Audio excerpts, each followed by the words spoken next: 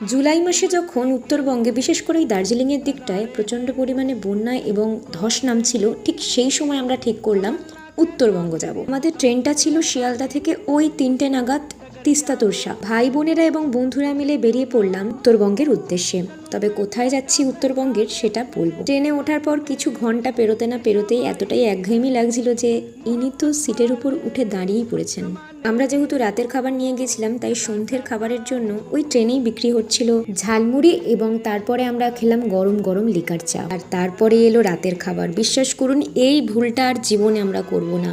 সেটা হলো, রাতে আমরা এত খাবার নিয়ে গেছিলাম যে আমাদেরই খারাপ লাগছিল ট্রেনে এইভাবে খাবার খেতে। রাতের খাবারে ছিল পোলাও, ভেজ বিরিয়ানি, নবরত্ন আর চিকেন কষা। প্রত্যেকটা খাবারই বাড়িতে বানানো ছিল।